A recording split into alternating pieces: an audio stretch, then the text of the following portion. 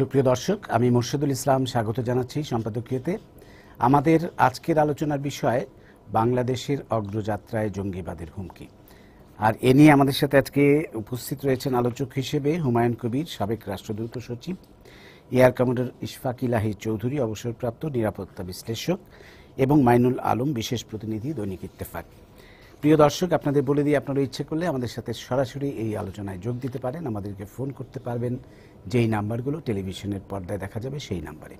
এছাড়া আপনারা ফেসবুক অথবা SMS এর মাধ্যমে আপনাদের মন্তব্য পাঠাতে পারেন। তা আমরা আলোচনায় যাবার আগে একটু দেখে নেব এই মুহূর্তের প্রধান প্রধান শিরোনামগুলো। সতর্কতা জারির পরও বাংলাদেশে নিরাপদ বোধ করছেন বিদেশি নাগরিকরা। চাপ হিসেবে দেখছেন না আন্তর্জাতিক সম্পর্ক বিশ্লেষকরাও। নিরাপত্তা নিশ্চিন্তে কাজ করছে পুলিশ। বিদেশে বসে দেশকে অস্থিতিশীল করার নতুন ষড়যন্ত্র করছেন খালেদা জিয়া। বিদেশিদের হত্যা তারই অংশ বললেন প্রধানমন্ত্রী।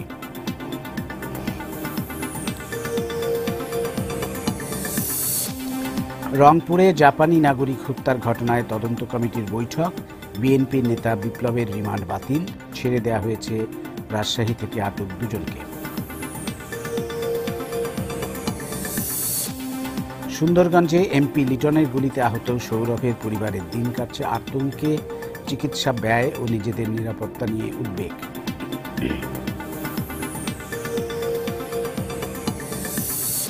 এবং যশোরে পুলিশের হাতে আটকের পর রেললাইন থেকে আওয়ামী লীগ কর্মীর লাশ উদ্ধার। অভিযোগ, স্বজনদের নির্যাতনের কথা অস্বীকার পুলিশের।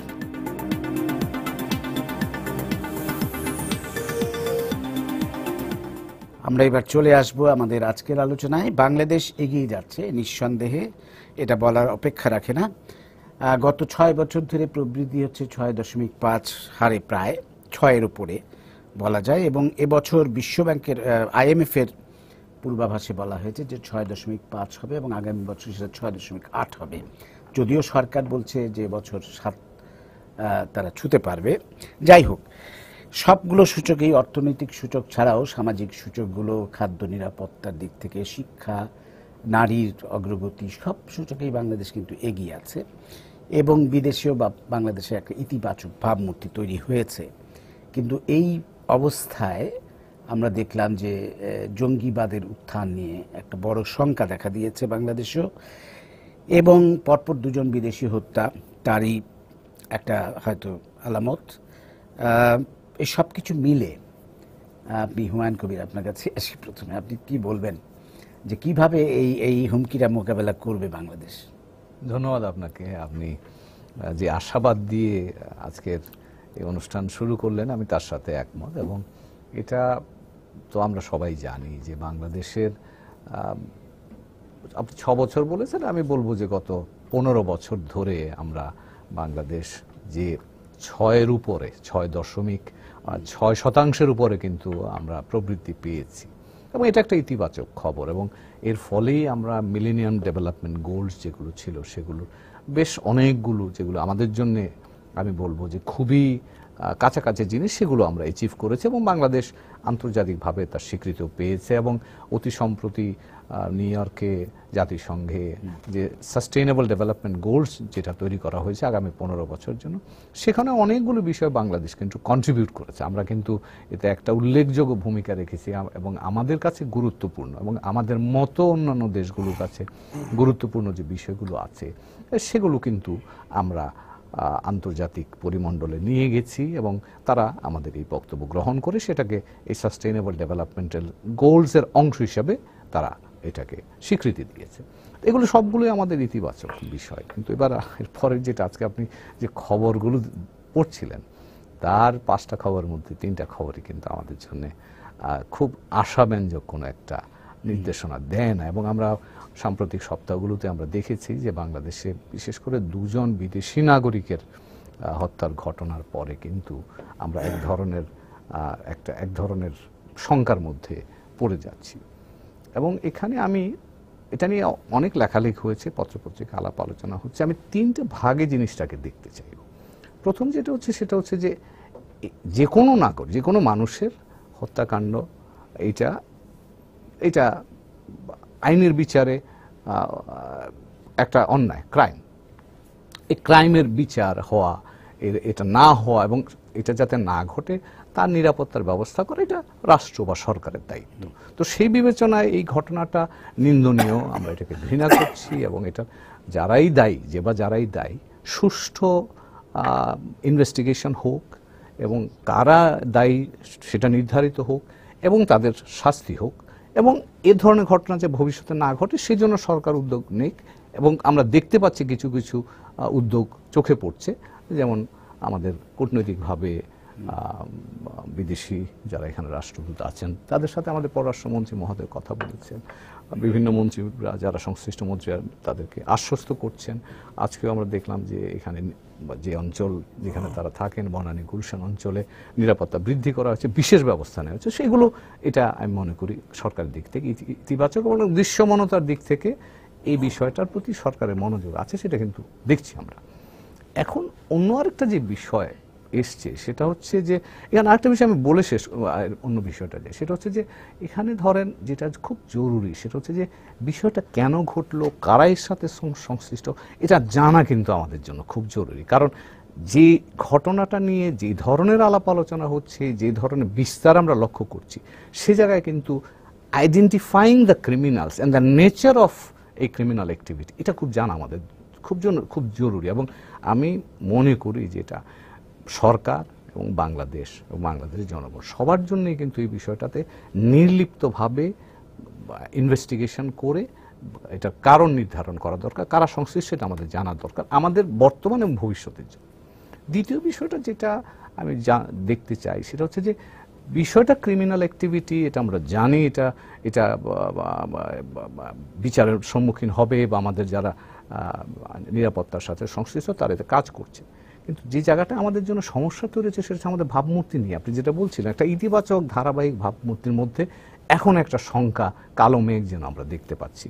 আমি দুদিন আগেই ছিলাম নিউ ইয়র্কে, ওখানে নিউ ইয়র্ক টাইমস মতো পত্রিকা, ওয়াল স্ট্রিট জার্নালের মতো পত্রিকা যখন এই ধরনের বিষয় নিয়ে লেখালেখি করে তখন কিন্তু আন্তর্জাতিক নীতি নির্ধারক যারা থাকেন, যারা এই বিষয় নিয়ে চিন্তা ভাবনা করেন, তাদের দৃষ্টি আকর্ষিত হয়। এবং সেখানটাই আমরা দেখছি যে বাংলাদেশের এই আমাদের যে ধারাবাহিক অগ্রগতিটার মধ্যে এখন তারা এক ধরনের শঙ্কার মধ্যে পড়ছেন যে এই ধারাবাহিক, আপনি আপনার টাইটেলে যেটা বলেছেন যে এই ধারাবাহিক অগ্রগতিটা কি শঙ্কার মুখে পড়বে এই ধরনের জঙ্গিবাদ উত্থানের মধ্য দিয়ে, এটা নিয়ে একটা বড় প্রশ্ন দেখা দিয়েছে। বাংলাদেশ সরকারের পক্ষ থেকে বলা হচ্ছে যে না, এর সাথে একটা আইএসের সংশ্লিষ্টতার বিষয় এসে গেছে আলোচনা। সরকারের পক্ষ থেকে আজকে নিউ ইয়র্ক টাইমসে একটা রিজয়েন্ডার দেওয়া হয়েছে, বলা হয়েছে যে না, এখানে আইএস এর সাথে সংশ্লিষ্ট নাই। আমাদের নেতৃবৃন্দ এখান থেকেও সরকারি উচ্চ পর্যায় থেকে বলা হচ্ছে যে এর সাথে আইএস এর সংশ্লিষ্টতা নেই। তো সেই জায়গায় নেই কথাটা আমরা বলছি, কিন্তু সেটা আমরা আমাদের কাজের মধ্য দিয়ে প্রমাণ করতে হবে যে ইয়েস আমরা ইনভেস্টিগেশন এটা আমরা পাইনি। কাজে একটা রাজনৈতিক বক্তব্যের দিক আছে আর একটা ইনভেস্টিগেশন, সেই জায়গাটায় আমাদেরকে কঠিনভাবে আমাদেরকে এর ভেতরে গিয়ে দেখতে হবে। থার্ড জিনিস যেটা হচ্ছে আমি বলবো যে কি প্রেক্ষাপটে হচ্ছে এটা কিন্তু গুরুত্বপূর্ণ। এবং সেখানে ধরেন দুটো জিনিস আছে, একটা হচ্ছে যে এই ধরনের ঘটনা ঘটছে, আইএস আছে কি নাই, এটার ফিজিক্যাল প্রেজেন্সের বিষয়টা আমরা দেখছি। কিন্তু এখানে মনে রাখার দরকার এটা কিন্তু একটা আইডিয়াও, এটা কিন্তু একটা ধারণা। এবং যেই ধারণার প্রতি বশবর্তী হয়ে আমরা দেখছি যে প্রচুর পাশ্চাত্য দেশের শিক্ষিত ছেলেপেলে ওখানে যাচ্ছে। ওরা এত পৃথিবীর বিভিন্ন দেশ থেকে মার্কিন যুক্তরাষ্ট্র, রাশিয়া, সৌদি আরব, তুরস্ক সমানে বম্বিং করে যাচ্ছে সিরিয়াতে। তারপরও আজকে দেখি যে আইসিসি বিস্তার ঘটছে কেন ঘটছে বিষয়টা, তার অর্থ হচ্ছে এর মধ্যে একটা আইডিয়া কাজ করছে। কিন্তু কাজেই আমাদের কিন্তু এই ব্যাপারে সচেতন থাকতে হবে, যেটা শুধু ফিজিক্যাল প্রেজেন্স নয়, আমার এখানে আইএস এর বা আইসিস এর লোক আছে কি সেটা না, এই ধারণাটার বিস্তার ঘটছে কিনা সেটাকে আমার প্রতিরোধ করতে হবে। কিন্তু সেই জায়গাটা আমি মনে করি আমাদের জন্য খুব গুরুত্বপূর্ণ, যে এই ধারণাটাকে আমরা যেন এখানে ঘাঁটি কাটতে না দিতে পারি। জি, এয়ার কমান্ডার ইশফাক ইলাহি চৌধুরী, আপনার কাছে আসবো। উনি যেটা বললেন হুমায়ুন কবির, যে আমাদের আসলে আইডেন্টিফাই করতে হবে যে প্রকৃত অপরাধী কারা, কারা অপরাধটা। একদিকে আইএসের নাম এসছে, যেটা আমাদের সরকারের পক্ষ থেকে ডিনাই করা হচ্ছে, এবং ডিনাই করার অনেক যুক্তিও আছে। বিশেষ করে জাপানি নাগরিকটি যখন মারা গেলেন, তিনি বলা হয়েছে যে তিনি নাকি সম্প্রতি ইসলাম ধর্ম গ্রহণ করেছেন, রেগুলার নামাজ পড়তে যেতেন মসজিদে। তো তাকে কেন আইএস মারবে, এই ধরনের একটা যুক্তিও আসছে। আবার এর মধ্যেই আজকে প্রধানমন্ত্রী আবার বললেন যে খালেদা জিয়া বিদেশে বসে এগুলো করাচ্ছেন। এইটা আমাদের মানে রাজনৈতিক সংস্কৃতি অংশ হিসেবেই হয়তো তিনি বলেছেন, কিন্তু মানে এই পরিস্থিতিতে তো আসলে এই ধরনের কোনো ঢালাও মন্তব্য না করে সরকারের উচিত যে আসলেই প্রমাণ বের করা যে কারা এটা করছে, তাই না? তো সেই দিক থেকে আপনি কি বলবেন? আমি হুমায়ুন কবির ভাইয়ের সাথে সম্পূর্ণ একমত যে দেশটা যখন এগিয়ে যাচ্ছিল এবং আমাদের সবগুলো সূচক যখন সামনের দিকে, এবং গত কয়েক মাস যদি আমি ব্লগারদের হত্যাকাণ্ডকে বাদ দিই, যেটা আমরা মোরলেস আইডেন্টিফাই করেছি যে আনসারুল্লাহ বাংলা টিম তারা এটা করছে, এছাড়া কিন্তু বড় ধরনের কোনো নাশকতা বাংলাদেশে হয়নি। এবং ওই যে জেএমবির এক্সপ্লোশন, বম্বিং ওইগুলোর পরে বাংলাদেশে মূলত আমাদের ঘটনা ঘটছিল, কিন্তু প্রত্যেকবার দেখছিলাম যে আমাদের আইন শৃঙ্খলা বাহিনী এবং নিরাপত্তা রক্ষা বাহিনী তারা কিন্তু এক স্টেপ আগিয়েছিল। তারা কিছু করার আগেই তাদেরকে ধরছিল, অনেক অস্ত্র উদ্ধার হয়েছে, অনেক সন্দেহভাজন জঙ্গি গ্রেপ্তার হয়েছে। কিন্তু এই ঘটনাটা সত্যি প্রথম যখন হলো জাপানের যে ইটালিয়ান, তখন আমার মনে হচ্ছিল যে এটা একটা আকস্মিক ঘটনা হতে পারে, হয়তো এইড এজেন্সি তাদের মধ্যে কোনো বিরোধও হতে পারে, ব্যক্তিগত শত্রুতা হতে পারে, এমনকি এই অন্ধকার রাতে হয়তো যাকে মারার কথা ছিল তাকে না মেরে একটা রং আইডেন্টিফাই এরকম হতে পারে। কিন্তু সেকেন্ডটা যখন হলো তখন সরকার থেকেও এবং আইন শৃঙ্খলা রক্ষাকারী বাহিনী থেকে বলা হলো যে দুটোর মধ্যে এত বেশি মিল আছে যেটা হয়তো কোনো একটা সংগঠনের কাজ, জঙ্গি সংগঠন কাজ। তবে আইএস নিয়ে প্রথম থেকে আমার ব্যক্তিগত ধারণা ছিল যে এটা সত্য নয়, কারণ এর আগেও যখন ওই যে আপনার অভিজিৎ হত্যাকাণ্ড বা সিলেটের হত্যাকাণ্ড বারবার ওরা এগুলো দিচ্ছে, এবং এগুলো তো যে কোনো জায়গা থেকে জেনারেট করা যেতে পারে। এগুলো আমাদের বাংলাদেশে ঘরে বসেও যারা ছেলেপেলেরা যারা এসব নিয়ে কাজ করে তারা জেনারেট করে এবং এটাকে একটা আন্তর্জাতিক রূপ দেওয়ার চেষ্টা করতে পারে। কিন্তু অপরাধের ধরনে মনে হচ্ছিল যে এটা কয়েকটি কারণেই একটা হতে পারে, যে আমরা তখন ভেবেছিলাম যে হোমগ্রোন ডোমেস্টিক প্রবলেম, যেটা আমাদের এর আগে রাজনৈতিক যে ইয়েগুলো দেখেছি, জ্বালাও পোড়াও আমাদের বিরোধী দলের কোনো অংশ এগুলোতে পার্টিসিপেট করেছে, এবং যেহেতু তারা এখন কোনো অ্যাক্টিভিটিস নাই, তখন এইসব লোকের মধ্যে কিছু ফ্রাস্ট্রেশন কাজ করতে পারে এবং তারা হয়তো এটা ঘটাতে পারে। আর অথবা একদম পিওর জঙ্গি সংগঠন, তারা তাদের উপস্থিতি জানান দেওয়ার জন্য, বিশেষ করে এট এ টাইম যখন এই পজিটিভ জিনিসগুলো আসছিল এবং প্রধানমন্ত্রী স্বয়ং দেশের বাইরে ছিলেন, পররাষ্ট্রমন্ত্রীও বাইরে, অনেকেই বাইরে দেশের বাইরে ছিল, এই সময়টা কোনো একটা অস্থিতিশীল পরিস্থিতি সৃষ্টি করার জন্য একটা অ্যাটেম্প্ট হতে পারে। তো যেটা হুমায়ুন কবির ভাই বললেন যে আমাদেরকে কিন্তু ভুললে চলবে না যে গত প্রায় 2 যুগ ধরে আমরা কিন্তু একটা জঙ্গি গোষ্ঠীগুলো কাজ করে যাচ্ছে নানান নামে। আজকেও পেপারে আসছে যে এই মুহূর্তে বাংলাদেশের জেলে প্রায় 1200 জঙ্গি সন্দেহে এবং জঙ্গি অভিযোগে আটক 1200 আছে, এবং সেখানে নানান ধরনের দল, এই Hizb ut Tahrir, Jaish e Mohammed, JMB, HuJI, এবং কত ধরনের নাম তাদের, এবং কোনোটা হয়তো শিকড় গাড়ে নেই, মানে কয়েকজনের মিলে একটা ইয়ে, কিন্তু আইডিয়াটা মোরলেস সেম, যে দেশে যে গণতান্ত্রিক সমাজ ব্যবস্থা বাংলাদেশে যে একটা ধর্মনিরপেক্ষ আধুনিক গণতান্ত্রিক বাংলাদেশ করার যে স্বপ্ন আমরা দেখছি, সেটাকে ভেঙে এখানে একটা কঠিন তালিবান বলুন, আল কায়দা বলুন, আইএস বলুন, একটা কঠিন একটা ইসলামী রাষ্ট্র তৈরি করার জন্য এদের সবার সঙ্গে মত এবং পথ বিভিন্ন হতে পারে, কিন্তু আলটিমেট উদ্দেশ্য তাদের তাই। এবং এর মধ্যে আমরা দেখেছি যে বেশ কিছু প্রথম দিকে যখন অধিকাংশই ছিল মাদ্রাসা বা গ্রামের, এখন আমরা দেখতে পাচ্ছি যে আধুনিক শিক্ষায় শিক্ষিত কিছু যুবক তারা এই ধরনের আইডিওলজিতে ইয়ে হচ্ছে, এবং আমাদের পেপারেও আসছে, আমাদের যা খবর পাই সেগুলো তো মিডিয়ার মাধ্যমে পাই, যে কিছু সংখ্যক তরুণ কিন্তু বাংলাদেশ ছেড়ে তারা তুরস্ক হয়ে তারা জয়েন করেছে, এই ধরনের খবর আসছে। এবং বাংলাদেশি বংশোদ্ভূত অনেকে ওখান থেকে জয়েন করেছে, এবং একজন ধরা পড়েছে এখানে যে সে এখানে আসছিল রিক্রুট করার জন্য, এবং কিছু রিক্রুট করে হয়তো বিদেশে পাঠিয়েছে। তো এগুলো আমাদের জন্য ভীষণ শঙ্কার বিষয়, এবং এগুলো যদি আমরা অ্যাড্রেস না করতে পারি তাহলে কিন্তু মানে জাস্ট ঢালাও মন্তব্য করে আন্তর্জাতিক বিশ্বাসযোগ্যতা পাওয়া যাবে। এবং যেটা হুমায়ুন কবির ভাই বললেন যে এই ঘটনাগুলোর একদম নিরপেক্ষ নির্দলীয় মানে শাস্তিযোগ্য, যদি অপরাধীদের খালি ধরলে হবে না, তাদেরকে শাস্তির মুখোমুখি করার মতো যথেষ্ট গ্রাউন্ড ওয়ার্ক করে আমাদেরকে শেষ করতে হবে। যতক্ষণ পর্যন্ত আমরা না এগুতে পারছি, প্রপার তদন্ত হচ্ছে, ততক্ষণ পর্যন্ত এই প্রশ্নবোধক চিহ্ন থেকেই যাবে। জি জি, মাইনুল আলম, আপনি কি বলবেন? ধন্যবাদ। সংস্কৃতির প্রসঙ্গটা আপনি তুলেছিলেন, আমার মনে হয় যে আমি একটু যদি বিস্তারিত বলতে চাই, বিচারহীনতার সংস্কৃতিটা আমাদের এখানে বিদ্যমান রয়েছে। যে কোনো বড় একটা ঘটনা ঘটলে, নাশকতা ঘটলে আমরা হইচই করি, তদন্ত হয়, সন্দেহভাজনদের ধরা হয়, এরপরে আর এটা পার্সু হয় না, ফলো আপ হয় না। এটা আইনশৃঙ্খলা বাহিনীগুলোর ব্যস্ততা কিংবা ভিন্ন মাত্রায় তাদের উপর যে চাপ, যে বেশি বেশি চাপ কিংবা সক্ষমতার অভাব আমি এক্ষেত্রে বলছি যে তাদের সেই ম্যান পাওয়ার কিংবা লজিস্টিক্সের সমস্যা থাকতে পারে। কিন্তু এই দুটি ঘটনা যেভাবে আমাদের চোখে নাড়া দিয়ে দিল, এবং বাংলাদেশে আইএস আছে, আইএস করেছে, দায়িত্ব স্বীকার আবার প্রত্যাহার করে নেওয়া এবং সরকার বলে দেওয়া, কিন্তু এটা যদি একটু আমরা লিঙ্ক আপ করি, আমেরিকান অ্যাম্বাসেডারের যদি একটি বক্তব্য নিশ্চয়ই আপনারা শুনেছেন, যে উনি বলেছেন যে 28 তারিখে ইতালিয়ান সিটিজেন সিজার মারা যাওয়ার আগেই অ্যালার্ট করা হয়েছিল। আবার অস্ট্রেলিয়ান ক্রিকেট টিমকে কেন্দ্র করে, সফরকে কেন্দ্র করে অস্ট্রেলিয়ারও একটা মেসেজ ছিল এরকম, এবং অ্যালার্টটা আপগ্রেড করেছে।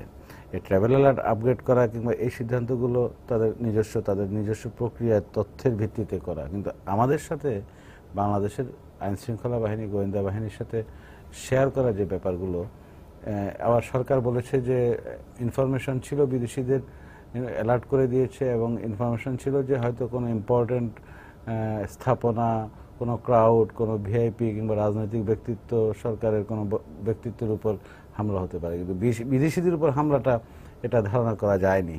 এবং ওরা হয়তো এক জায়গায় অপারেট করে, বসে আরেক জায়গা থেকে অপারেট করে, মুভমেন্টে থাকে। এটা গভর্নমেন্টই বলেছে, মিনিস্টাররাই বলেছে।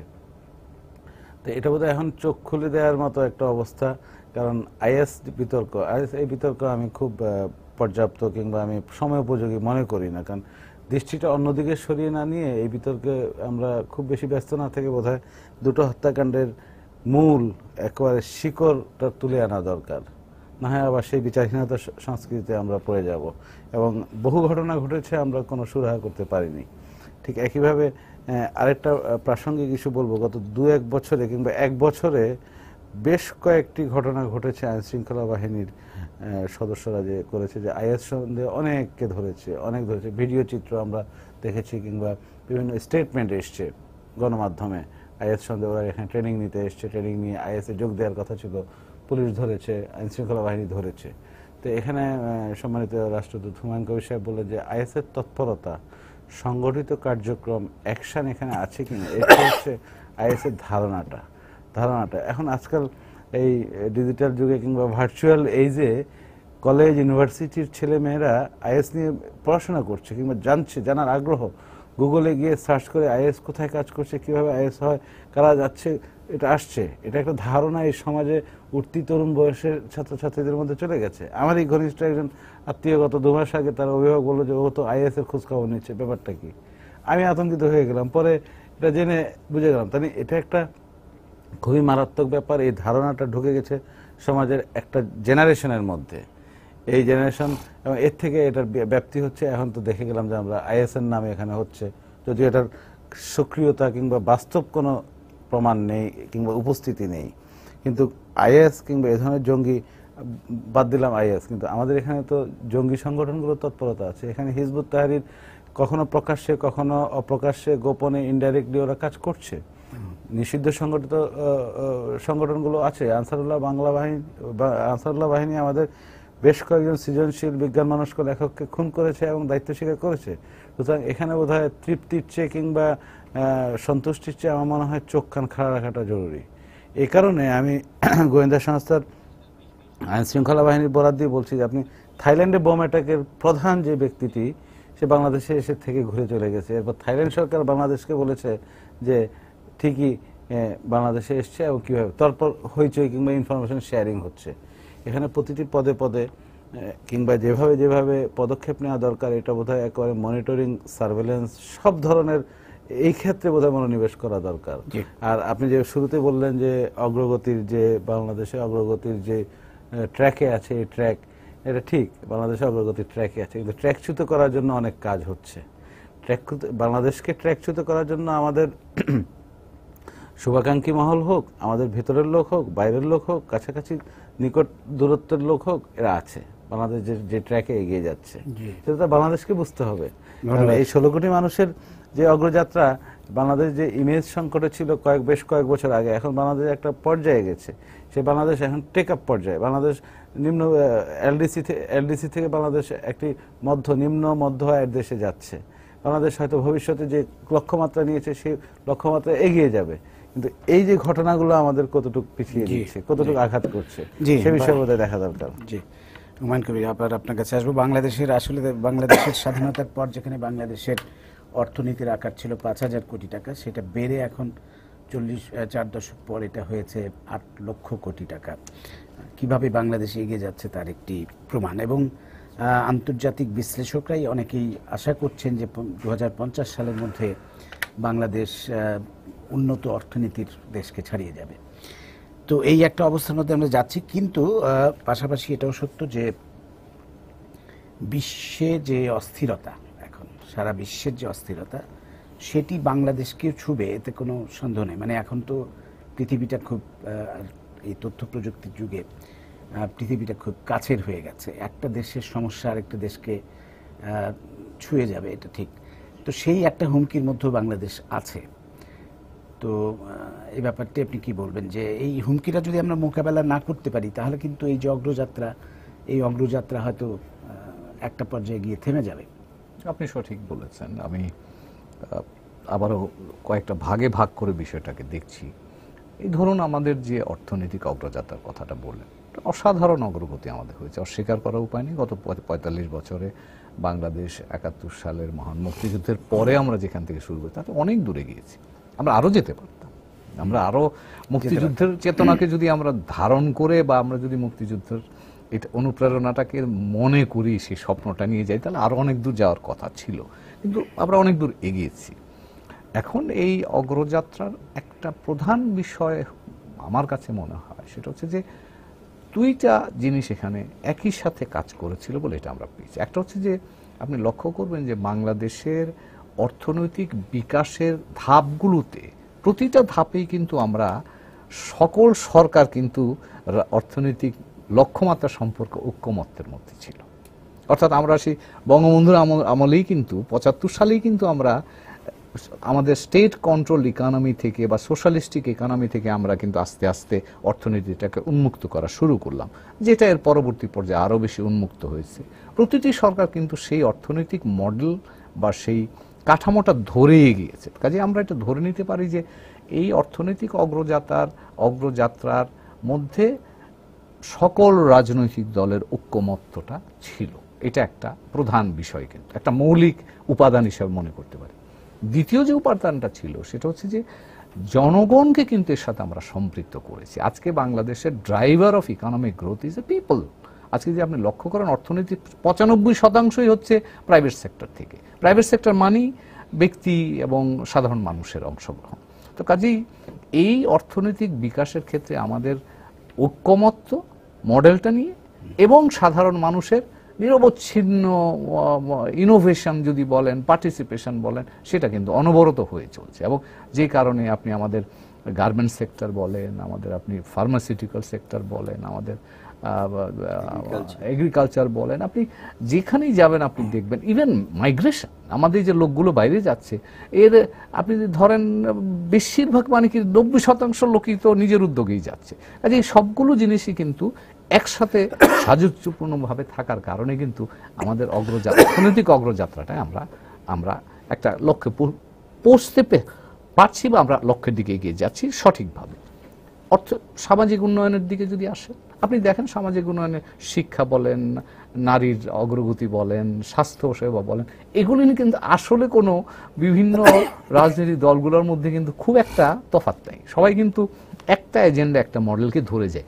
এখানে কারো প্রায়োরিটি একটু বেশি, কারো প্রায়োরিটি কম, কারো প্রায়োরিটি এদিকে বা কারোটা অন্যদিকে হলেও লার্জার মডেলটা নিয়ে কিন্তু আমাদের কোনো বিতর্ক নাই। কাজে এটা কিন্তু একটা আরেকটা জিনিস, এবং জনগণের অংশগ্রহণ আবার কিন্তু একসাথে হচ্ছে।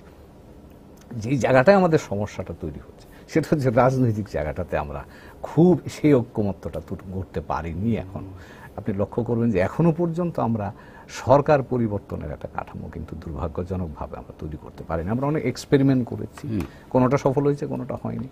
আজকেও পর্যন্ত কিন্তু এই যে আমরা এখন বসে কথা বলছি, এই প্রেক্ষাপটটা যদি বিবেচনা করি তাহলে কিন্তু আমাদের মনে রাখতে হবে যে আমরা যে ধরনের এক ধরনের আপনি অস্বস্তি যদি বলেন, এক ধরনের পারস্পরিক বিপরীত মুখিতা যদি বলেন, এই জিনিসগুলো কিন্তু আমাদের রাজনৈতিক প্রেক্ষাপটটাকে এখনো স্থিতিশীলতা বা যেটা আপনি বলেন ঐক্যমত্যের জায়গায় নিয়ে যাওয়া, এই জায়গাটা হয়নি এবং সেই জায়গাগুলোতেই কিন্তু আপনি দেখবেন এই ধরনের সংঘাত বা এই ধরনের যারা কালো জায়গায় যারা বিচরণ করেন তাদের জন্য কিন্তু ক্ষেত্র প্রস্তুত হয়। জি, ইশফাক ইলাহি চৌধুরী, আপনার কাছে এই প্রসঙ্গেই আসবো যে রাজনৈতিক যে জায়গাটা আমরা দেখেছি যে বাংলাদেশের অভ্যুদয়ের পর থেকেই একটা শক্তি সবসময় সক্রিয় ছিল, পরাজিত শক্তি ৭১-এর যদি বলি আমরা, বাংলাদেশের অগ্রযাত্রাকে রুখে দিতে। এবং ৭৫-এ তারা প্রথম আত্মপ্রকাশ করলো বঙ্গবন্ধুকে সপরিবারে হত্যার মধ্য দিয়ে। তারপরে তো উল্টো দিকে যাত্রা শুরু হলো, বঙ্গবন্ধুর খুনিদের বিদেশে চাকরি দেয়া হলো, ইন্ডেমনিটি দেয়া হলো, ইত্যাদি ইত্যাদি। এবং মুক্তিযুদ্ধের চেতনাও নস্যাৎ করার চেষ্টা করা হলো। সেইখান থেকে কিন্তু শুরু একটা নেগেটিভ পলিটিক্সের, এবং যেটা এখনো পর্যন্ত আছে। আমরা যদি এই বছরের শুরুর ৩ মাসের কথা আমরা স্মরণ করি, যে রাজনীতির নামে যেটা হয়েছে জ্বালাও পোড়াও, এবং এই একটা অশুভ রাজনৈতিক তৎপরতা বিদ্যমান আছে বলেই কিন্তু এই ধরনের অশুভ শক্তিগুলো উৎসাহিত হবার সুযোগ পাচ্ছে। এবং যেই কারণেই হয়তো প্রধানমন্ত্রী এই ধরনের একটা অভিযোগ করেছেন, অভিযোগটা হয়তো মানে পলিটিক্যাল একটা এজেন্ডা থেকেই তিনি করেছেন, মানে বস্তুনিষ্ঠতা কতটুকু আছে আমরা জানি না, কিন্তু ওই যে যেটা হয় আর কি, যে একটা সন্দেহ কিন্তু সবসময় থাকে। এটা সত্যি, আমি প্রধানমন্ত্রী হয়তো ব্রড স্পেকট্রামে কথাটা বলেছেন। এটা সত্যি যে আমাদের যে ৭২-এর সংবিধানে তখনই বলা, ওখানে পরিষ্কারভাবে বলা ছিল যে ধর্মভিত্তিক কোনো রাজনৈতিক দল বাংলাদেশে হবে না, অর্থাৎ ধর্মকে রাজনৈতিক উদ্দেশ্যে ব্যবহার করা চলবে না। কিন্তু আমরা ৭৫-এর পরে প্রথম লক্ষ্য করলাম এই যে নানান নামে ইসলামী জামাতে ইসলামী আসলো, আরও তারও আগে ইসলামিক ডেমোক্রেটিক ফ্রন্ট নামে মুসলিম লীগ আসলো। এইগুলোর দলগুলো সবই ধর্মনির্ভর, এবং ধর্মের মানুষের বলা হলো একটা হোল জেনারেশনকে বলা হলো যে এই বঙ্গবন্ধু সহ আওয়ামী লীগ একটা ধর্মের ইসলামের বিরোধী একটা দল, এবং এরাদের মূল উদ্দেশ্য ছিল এই বাংলাদেশ গঠনের পিছনে পাকিস্তান ভেঙে ফেলার উদ্দেশ্যই ছিল ইসলামকে এদেশ থেকে বিতাড়িত করা। সুতরাং ইসলামের পুনর্জন্মের জন্য এইসব দল দরকার, এবং এইভাবে প্রায় এক যুগ ধরে, এবং তারপরে আমরা এরশাদ সরকারের সময় দেখেছি যে ইসলামী দলগুলো বিশেষ তোষণ নীতির মধ্যে ছিল, এবং সমস্ত দেশ জুড়ে নতুন নতুন মাদ্রাসা খোলা হলো, ইসলামী ইনস্টিটিউশন খোলা হলো, ওয়াজ নসিহাত, এগুলো এর ভিতরে কিন্তু একটা রাজনীতি চলে আসলো, রাজনীতি চলে আসলো, এবং তারই একটা কিন্তু উগ্র রূপ আমরা এইসব ইয়েতে দেখতে পাচ্ছি। ইসলামী ছাত্র শিবির বলেন এবং এই হিজবুত তাহরির বলেন, নানান ধরনের ভাবে ইসলামকে তার একটা সহিংস রূপে নিয়ে আসার প্রক্রিয়া, যেটা ৭৫ থেকে শুরু হয়েছিল, তা আজও চলছে। আমাদের সাথে একজন দর্শক আছেন ফোনে, আমরা ফোনটা নিয়ে। প্রিয় দর্শক, আপনার পরিচয়টা দিয়ে প্রশ্নটা করুন। আসসালামু আলাইকুম। ওয়ালাইকুম আসসালাম। আমি মোহাম্মদ জাহাঙ্গীর বলছি বৈশাল থেকে। জি, আমার প্যানেল আলোচকদের কাছে একটা প্রশ্ন, যে 2 জন বিদেশি যে খুন হয়ে গেল বাংলাদেশে, তো এটি বর্তমানে আন্ডার ইনভেস্টিগেশন আছে। এই অবস্থায় সরকার দলীয় লোকজন একটি দলের উপর যেভাবে দোষারোপ করে বক্তব্য দিচ্ছে, তাতে করে এই ইনভেস্টিগেশনটা প্রশ্নবিদ্ধ হবে কিনা, এবং বিদেশিদের কাছে এই আপনার তাদের যে আগেই বলে দেওয়া একটি দলকে এটা কতটুকু গ্রহণযোগ্য হবে, এবং বাংলাদেশের অগ্রযাত্রার ক্ষেত্রে এটা বাধাগ্রস্ত হবে কিনা ওনাদের কাছে আমি জানতে চাচ্ছি। আপনাকে ধন্যবাদ। ধন্যবাদ। মাইনুল আলম, আপনার কাছেই আসি। হ্যাঁ, এটা আলোচনা হয়েছে। এ ধরনের কথাগুলো যে রাজনৈতিক অবস্থান থেকে বৃহত্তর ক্যানভাসে থেকে বলা হয়েছে, এটা হচ্ছে আমাদের দেখুন গত বেশ কয়েক দশকে কিংবা সম্প্রতি 10 বছরে যদি রাজনৈতিক সংস্কৃতির কথা যেটা বলি, উন্নত গণতান্ত্রিক ব্যবস্থায় কিংবা প্রতিষ্ঠিত গণতান্ত্রিক ব্যবস্থায় যে রাজনৈতিক সংস্কৃতির চর্চা হওয়া দরকার, সে পর্যায়ে আমরা পৌঁছতে পারি না। আমরা গণতন্ত্র পেয়েছি, আমরা গণতন্ত্র হারিয়েছি, স্বল্প সময়ের জন্য হারিয়েছি, দীর্ঘ সময়ের জন্য হারিয়েছি। গণতান্ত্রিক ক্রিয়া প্রতিক্রিয়ায় যে কাজগুলো করে আমরা কাছাকাছি দেখেছি, ওয়েস্টমিনিস্টারের গণতন্ত্র দেখেছি, বৃহৎ গণতান্ত্রিক রাষ্ট্র ভারতের গণতান্ত্রিক চর্চা দেখেছি, কিন্তু আমরা ওই পর্যায়ে এখনো সেই সংস্কৃতিকে উন্নীত করতে পারিনি, যার ফলে ব্লেম গেম এখানে রয়ে গেছে, ব্লেম গেম থাকবে। এক পক্ষ বলেছে যে ওই পক্ষ করিয়েছে, ওই পক্ষ বলেছে যে সরকার নিজেই এগুলো হত্যা করে আমাদের উপর দায় চাপাচ্ছে। এই সংস্কৃতি আছে। এই সংস্কৃতিগুলো আমরা যত দ্রুত একটা মানের কাছাকাছি নিয়ে যেতে পারবো, তাহলে বোধহয় এটা সুষ্ঠু হবে। আর উনি যেটা বলেন যে বিদেশিরা কিভাবে ভাববে, হ্যাঁ, বিদেশিরা হয়তো ভাববে যে একটা কনক্লুশন দিয়ে মন্তব্য করা হয়েছে, এবং এই মন্তব্যগুলো কেমন, এটা যখন বলা হয় যে একটা দায় দায়িত্বের কথা বলে যখন বক্তব্যগুলো আসে, তখন বিদেশিরা অবশ্যই এটা ভাববে। তবে বিদেশিরা আমাদের এই সংস্কৃতি সম্পর্কে বোধহয় অভিজ্ঞ আছে, তারা জেনে গেছে আমাদের সংস্কৃতি, এবং এই সংস্কৃতি আমাদের বাংলাদেশের ভাবমূর্তির জন্য সহায়ক নয়, এটা তো আমরা বুঝতেই পারছি। আমি হুমায়ুন কবির আপনার কাছে আরেকটি বিষয়ে আসবো, যে আরেকটি বিষয় কিন্তু দেখেন, আমাদের গার্মেন্টস শিল্প খুবই একটা আমাদের বড় রপ্তানি আয়ের উৎস, সবচেয়ে বড় রপ্তানি আয়ের উৎস, এবং এই সিজনটায় কিন্তু গার্মেন্টসের বায়াররা সব আসে, এবং প্রচুর গার্মেন্টসের বায়াররা কিন্তু শেষ মুহূর্তে তাদের যাত্রা বাতিল করেছেন, এবং আমাদের গার্মেন্টস শিল্প কিন্তু একটা হুমকির মুখে পড়েছে এই অবস্থায়। আপনি সঠিকই বলেছেন, এবং আমার নিজের অভিজ্ঞতা শুধু বলতে পারি যে একটা বড় মাল্টিন্যাশনাল কোম্পানি বাংলাদেশে ইনভেস্টমেন্টের জন্য 18 থেকে 20 আসবার কথা ছিল।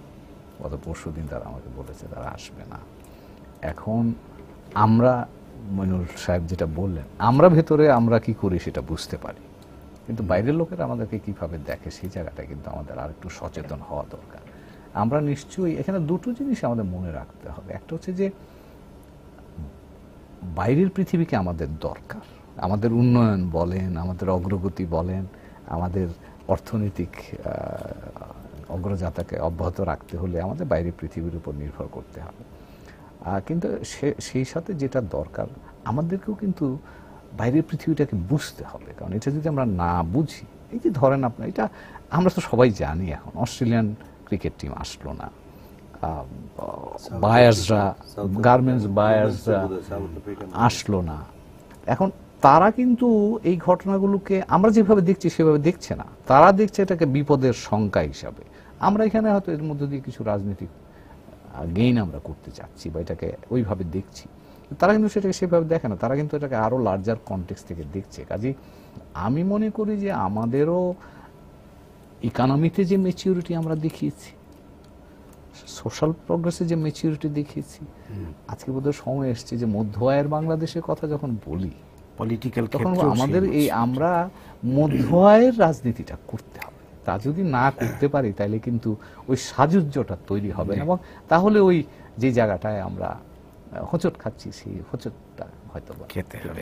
এই ব্যাপারে আমি একটু বলি যে যদিও ইমিডিয়েট ইম্প্যাক্ট দুই একটা হয়তো ক্যান্সেল হয়েছে, আসবে না, তারা হয়তো পোস্টপোন করেছে, কিন্তু আমি মনে হয় যদি এই আর ঘটনা না ঘটে এবং এই দুটো ঘটনার যদি আমরা সুষ্ঠু তদন্ত হয়, প্লাস আরো দুই একটা যে এর মধ্যে হয়েছে, যখন তারা দেখবে যে আমরা we are positively working for it, এবং ইউনো আমাদের আইন শৃঙ্খলা ওভারঅল তো দেশে আর কোনো অসুবিধা নেই, আমার মনে হয় আমরা এটা ধাক্কা খেলে, যেমন রানা প্লাজার পরে একটু ধাক্কা খেয়েছিলাম, কিন্তু আমরা রিকভার করেছি। এখন এই ঘটনার পরে হয়তো আমাদের এইসব শিল্প, এমনকি পর্যটন শিল্প হয়তো একটা ধাক্কা খেলো, কিন্তু রিকভার করে ফেলবে যদি না আমরা আর কোনো অবনতিশীল ঘটনা না ঘটে। এবং একটা ভালো কথা যে আজকে বিদেশিরা, প্রচুর বিদেশিদের আমরা ইন্টারভিউ করেছি, তারা বলছে যে তারা নিরাপত্তাহীনতা বোধ করছে না। এটা একটা পজিটিভ দিক। আরেকটি দিক হচ্ছে যে আমাদের একটা বড় কাজ সরকার করছে, সেটি হচ্ছে যুদ্ধাপরাধীদের বিচার, এবং সামনে দুটি রায় কার্যকর হওয়ার একেবারে দ্বার প্রান্তে। তো এই সমস্ত কারণেও এই ধরনের ঘটনা ঘটতে পারে বলে আশঙ্কা করা হচ্ছে। এটাকে কি আপনি উত্তর দেবেন? হ্যাঁ, এটা তো দেখুন, এই ইস্যুটা আইসিটি আমাদের অপরাধ ট্রাইব্যুনালের যে কাজগুলো হয়েছে, কয়েকটা বড় বড় অপরাধী, বড় বড় রাজাকারের যে শাস্তি হয়েছে, এটা তো অবশ্যই আমরা বড় ধরনের সাহস নিয়ে এই কাজগুলো করতে পারছি। সংক্ষেপে বলতে হবে, এই সাহসের কারণে আমরা এগিয়ে যাচ্ছি। নানা ধরনের সমালোচনা ছিল, বাধা ছিল, ভেতরে বাইরে যোগসূত্র ছিল, এবং পশ্চিমারা তো অনেক রিজার্ভেশন দিয়েছে শুরুতেই, বাট ওই পর্যায়ে অতিক্রম করে করছি। সামনে বড় দুজন অপরাধীর বিচারের শেষ করার কথা এবং কার্যকর করার প্রশ্ন আছে। তো এখন এই হয়ে, যেমন 13 সালে আমরা মনে আছে একজন যুদ্ধাপরাধীর ব্যাপার নিয়ে সারা দেশ কিভাবে লঙ্কা কাণ্ড ঘটে গেল, চাঁদে এসছে। তো এই সংখ্যাগুলো তো আছে, এগুলো অ্যাকাউন্টে রাখতে হবে। এই জন্য আমি বলেছি একটু আগে যে খুব বেশি সন্তুষ্টি কিংবা তৃপ্তি বোধের কোনো সুযোগ নাই। এবং আমাদের কাছে কিন্তু কানের আশেপাশে সব দিক দিয়ে কিন্তু খুব স্বস্তিকর খবর পাচ্ছি না, এবং পাই করে উকি দিচ্ছে বিভিন্ন অঘটন কিংবা অঘটনের আলামতগুলো আমাদের কাছে উপস্থিত আছে। তো সেগুলো সজাগ থাকা এবং কড়া নজরদারিটা ইম্পর্টেন্ট। এই জন্য আমি বলবো আমাদের সংস্থাগুলোর, আইন শৃঙ্খলা সংস্থাগুলোর সক্ষমতা খুব জরুরি, এবং এখানে পুরোপুরি পেশাদারিত্বের সাথে বোধহয় এগুলো করা সময় এসেছে। জি, আমি পেশাদারিত্ব যে কোনো ক্ষেত্রে, কূটনীতির ক্ষেত্রে, নিরাপত্তা ইস্যুতে পেশাদারিত্বের বোধহয় কোনো বিকল্প নেই। হুমায়ুন কবির, আপনার কাছে আসবো শেষবারের মতো। একটা বিষয় কিন্তু দেখা যাচ্ছে যে একটা রাজনৈতিক শূন্যতা বিরাজ করছে এখন বাংলাদেশে। ঠিক বিরোধী দল বলে কিছু নাই, বা বিএনপির কোনো সেই অ্যাক্টিভিটিসও নাই, এবং সবকিছু মিলিয়ে একটা রাজনৈতিক শূন্যতা। এবং এই রাজনৈতিক শূন্যতা থাকলে কিন্তু সেই সুযোগটা কিন্তু অপকর্মকারীরা নেওয়ার চেষ্টা করে। এই ব্যাপারে যদি আপনি একটু। হ্যাঁ, এটা একটা আশঙ্কা তো থেকেই যায়। তবে যেটা দরকার সেটা হচ্ছে সকল পক্ষ থেকেই রাজনৈতিক দায়িত্বশীলতাটার দরকার। কারণ রাজনীতি হচ্ছে তো আমাদের সিদ্ধান্ত গ্রহণ প্রক্রিয়া। কাজেই আপনি অর্থনীতি বলেন, সমাজের অগ্রগতি বলেন, দেশের সামগ্রিক উন্নয়ন বলেন, তার সিদ্ধান্ত গ্রহণের ক্ষমতাটা কিন্তু রাজনীতির হাতেই। কাজেই সেই জায়গায় যারা রাজনীতির সিদ্ধান্ত নেবেন, সেটা যত বেশি অংশগ্রহণমূলক হবে, যত বেশি প্রতিনিধিত্বশীল হবে, যত বেশি ইনক্লুসিভ হবে, ততই আমাদের জন্য মঙ্গল। এবং যেটা বলবো যে বাংলাদেশ কিন্তু আর সেই 71-এর বাংলাদেশের জায়গায় নেই এখন। আমরা 2015 সালের বাংলাদেশ কিন্তু উন্নত দেশের স্বপ্ন দেখছি। কাজে সেই জায়গায় যেতে গেলে আমাদের এই উন্নয়ন ব্যবস্থাপনাটা, সেটা আপনি অর্থনীতি বলেন, সমাজনীতি বলেন, রাজনীতি বলেন, সব জায়গায় কিন্তু আমাদের সেই উন্নত ব্যবস্থাপনা।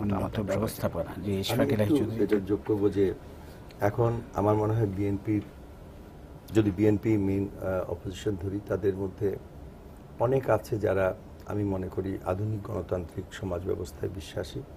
তাদেরকে এখন একটা সুযোগ এসছে সরে এসে রিফর্ম বিএনপি। আমি বলবো যে বিএনপি যেটা আধুনিক, যেটা ইনফ্যাক্ট প্রথম দিকে তাই ছিল, এবং শুধু বিএনপি নয়, এই যে বিরোধী দলীয় যে জোটের মধ্যে অনেক আছে, নাম বলবো না, কিন্তু আমরা তাদেরকে চিনি, যারা অত্যন্ত আধুনিক, এবং তারা একটা আধুনিক সমাজ ব্যবস্থা বাংলাদেশে দেখতে চায়, যার মধ্যে এই ধর্মীয় উন্মাদনা থাকবে না। সুতরাং তারা জামাতকে এবং জামাতের মতবাদ যে ধরনের, এদেরকে বাদ দিয়ে যদি একটা রিফর্মড বিএনপি বলেন, বা একটা নতুন দল হিসেবে বা বিরোধী দলীয় জোট হিসেবে আত্মপ্রকাশ করে, আমার মনে হয় মুক্তিযুদ্ধের চেতনায় বিশ্বাসী হয়ে, আধুনিক গণতন্ত্রে বিশ্বাসী হয়ে, এবং ধর্ম নিরপেক্ষ সমাজ ব্যবস্থায় বিশ্বাসী হয়ে যদি একটা দল বাংলাদেশের সামনে আসে, আগামী নির্বাচনে আওয়ামী লীগকে তারা একটা শক্তিশালী অপোজিশন হিসাবে তারা দাঁড়াতে পারবে আমার মনে হয়। এবং দ্যাট উইল বি, ওইটাই হবে আমাদের এইসব জঙ্গিবাদের বিরুদ্ধে একটা বিরাট চ্যালেঞ্জ। আমরাও চাই যে আমাদের আসলে দেশে একটা শক্তিশালী সরকার থাকুক, শক্তিশালী বিরোধী দল থাকুক, কিন্তু সবাই যেন মুক্তিযুদ্ধের পক্ষের শক্তি হয়, এটি শুধু আমাদের কামনা, এবং দেশ ভাবনা যেন তাদের মধ্যে সবচেয়ে বড় হিসেবে কাজ করে। তাহলেই হয়তো আমরা বাংলাদেশের এই অগ্রযাত্রাকে ধরে রাখতে পারবো, এবং জঙ্গিবাদ সহ যত হুমকি আসুক না কেন সবগুলো বাংলাদেশ সফলভাবে মোকাবেলা করতে পারবে। আপনাদের অসংখ্য ধন্যবাদ প্রিয় দর্শক, সবাইকে শুভেচ্ছা জানিয়ে শেষ করছি আজকের সম্পাদকীয়। আগামীকাল আবারও দেখা হবে রাত 10টায়, দেখার আমন্ত্রণ রইল। শুভরাত্রি।